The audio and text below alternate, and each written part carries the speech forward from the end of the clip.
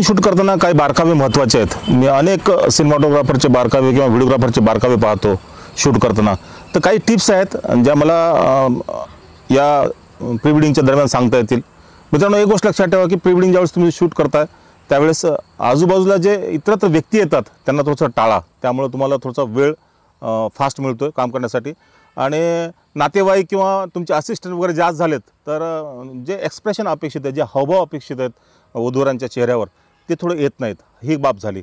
दुसरी आणखी महत्त्वाची गोष्ट की कन्सेप्ट, जे काय कन्सेप्ट करता तर 2 सिनेमॅटोग्राफर असतील, एक फोटोग्राफर, एक सिनेमॅटोग्राफर, एक ड्रोन ऑपरेटर, एक असिस्टंट, 4-5 जणांचा ग्रुप येतो प्री वेडिंग शूट करते वेळेस।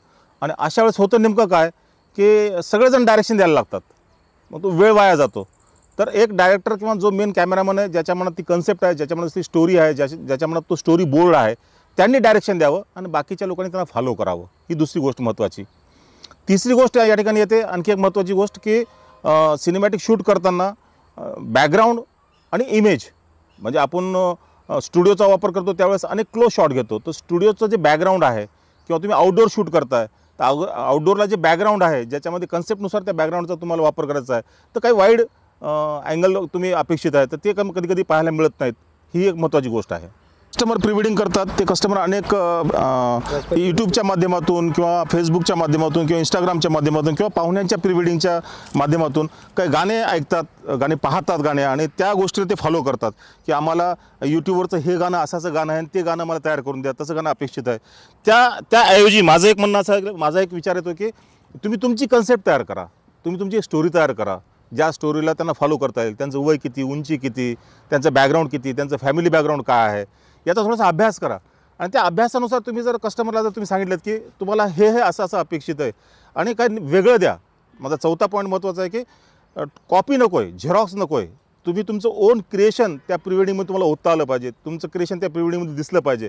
असं असेल तर ते प्री वेडिंग इफेक्टिव्ह होईल, कस्टमरला सॅटिस्फाय करेल। हा माझा चौथा पॉईंट, तो थोडा कस्टमरला अपेक्षित आहे किंवा आपल्या व्हिडिओग्राफर लोकांनी पाहणं अपेक्षित आहे।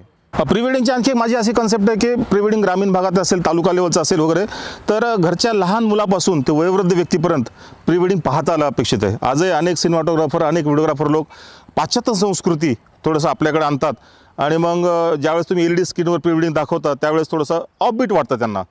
तर महाराष्ट्रातली ही भारतीय संस्कृती आहे, कल्चर आपलं हिंदू संस्कृतीचं आहे, तर या लोकांना कुटुंबातील लहान मुलापासून तो वयोवृद्ध व्यक्तीपर्यंत पाहण्यासारखं प्री वेडिंग असावं, असं त्याचं थोडंसं डिझाईन किंवा त्याचा स्टोरी बोर्ड, असं त्याचं प्रेझेंटेशन असावं, अशी एक माझी अपेक्षा आहे। ही एक बाब थोडीशी लक्षात घेण्यासारखी आहे। कस्टमरची मागणी, ग्राहकाची मागणी आणि आपल्याला अपेक्षित असलेला आउटपुट यामध्ये थोडं तफावत होते। अनेक स्टुडिओ आहेत, मराठवाड्यात आहेत, आपल्यापेक्षा आंध्र सर्किट, हैदराबाद सर्किटमध्ये जास्त स्टुडिओ आहेत आणि तिथं प्रत्येक कुटुंबातला व्यक्ती किंवा प्रत्येक घरातला व्यक्ती जसं वेडिंगमध्ये प्री वेडिंग करतातच, तर तो पॅटर्न आपल्याकडे होतो। अनेक जाती, धर्म, पंथ, अनेक लोकांनी प्री वेडिंग जरी बॅन आणलं तर ही कला आहे, ही कला यापुढे कधी मरणार नाही। तर त्यामुळं थोडंसं दराच्या बाबतीत मी थोडं बोलू इच्छितो आहे की तुमचं होणारा दिवसाभराचा खर्च आणि तुम्ही देणारा असली क्रिएटिव्हिटी यासाठी कमीत कमी प्रति मिनिट दर अपेक्षित आहे। म्हणजे 5 मिनिटाचं सॉन्ग असेल तर एक 6 ते 7 हजार रुपये प्रति मिनिट, म्हणजे 7-5 35,000 रुपये ते 40,000 रुपये तुम्ही प्री वेडिंगला लावणं अपेक्षित आहे। तर आजकाल थोडंसं दर फ्लॅक्च्युएट होतं आहे, दर याच्यावर आहे, ट्रॅव्हलिंगवर आहे, बाकीच्या खर्चावर आहे, पण तो थोडासा दर सगळ्यांनी कायम ठेवावा, माझी अशी अपेक्षा। जसं की आज आम्ही फॉरएव्हर स्टुडिओ, नांदेडचा स्टुडिओ आहे, त्या ठिकाणी आम्ही हे पण शूट करतो, तर त्यांचा 4 तासाचं शिफ्ट किंवा 5 तासाचं shift, day and night shift या टाईपचे दर आहेत। तर त्यांना लाईट बिल आहे, कामगार आहेत, परवडणारा खर्च आहे, सगळ्या गोष्टी आहेत। तर या गोष्टीचा विचार केला तर त्यांचा खर्च, आपला खर्च, टीमचा खर्च, ड्रोनचा खर्च, या सगळ्या गोष्टीचं जर कॅल्क्युलेशन जर तुम्ही केलं तर मित्रांनो थोडासा एक पॉझिटिव्हली दर तुम्हाला मिळणं अपेक्षित आहे। मागील 2-3 वर्षात पाहिलं की अनेक जाती, धर्म, पंथ, संघटना यांनी प्री वेडिंगवर बंदीचा दबाव आणला, पण मी म्हणतो मियाँ बीवी राजी तो क्या करेगा काजी। मित्रांनो, प्री वेडिंग बंद होणार नाही। बेबी शूट असेल, मॉटर्निटी शूट असेल, पोस्ट प्री वेडिंग असेल किंवा या सगळ्या गोष्टी यापुढे चालूच राहतील। तर लढते रहो आणि चालूच ठेवा आपलं प्री वेडिंगचं कन्सेप्ट, पण काही छोटे जे बारकावे आहेत त्या बारकाव्याला डेव्हलप करा, जेणेकरून समाज, पाहणारा प्रेक्षक वर्ग आपल्याला एक कलाकार म्हणून पाहिल आणि पुन्हा तेच दिवस प्री वेडिंगला येतील। थँक्यू। थांबतो मी, RM सुर्वे, RR मूव्हीज या चॅनलवर आपल्यासाठी।